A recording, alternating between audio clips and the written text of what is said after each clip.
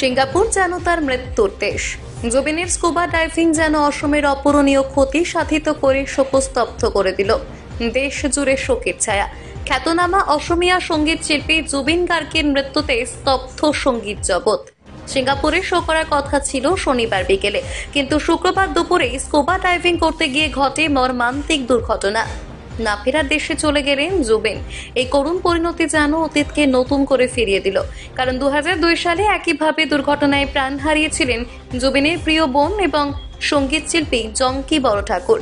সেদিনও পারফর্ম করতে যাওয়ার পথে গাড়ি দুর্ঘটনায় মৃত্যু হয়েছিল তার। 23 বছর পর ইতিহাস যেন ভয়াবহভাবে পুনরাবৃত্তি ঘটালো।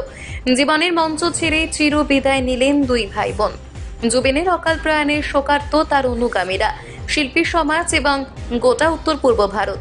রাজ্য জুড়ে শ্রদ্ধাঞ্জলি, শোকসভা সহ পরিবারের প্রতি সমবেদনা জ্ঞাপনের পালা। এদিকে রাজ্যের মুখ্যমন্ত্রী ডক্টর হিমন্ত বিশ্ব শর্মা এবং তার পরিবারের সঙ্গে দেখা করে শোকসন্তপ্ত পরিবারের প্রতি সমবেদনা জ্ঞাপন করেন। বরাক উপত্যকায় এবং জুবিনের অকাল মৃত্যুর আঁচ পড়েছে।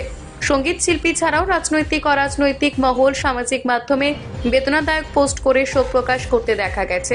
এদিকে করিমগঞ্জের সাংসদ কৃপানাথ মাল্লা তার বিদেহী আত্মার চির শান্তি কামনা করে সামাজিক মাধ্যমে পোস্ট করতে দেখা যায়।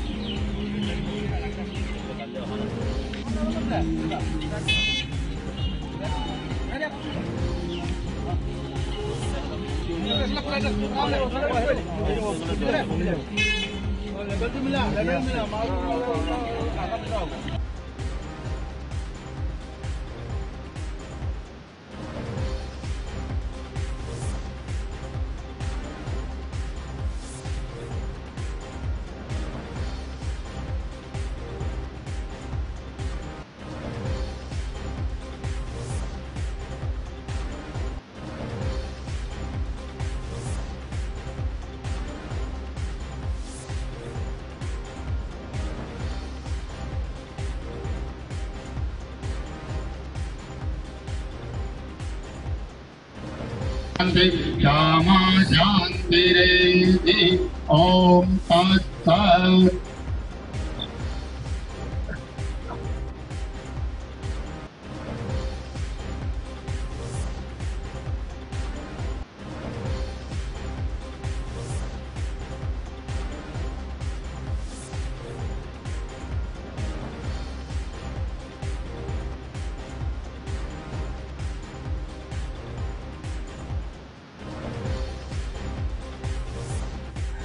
নিউজ ডেস্ক রিপোর্ট, যুব বিচিত্রা ডিজিটাল।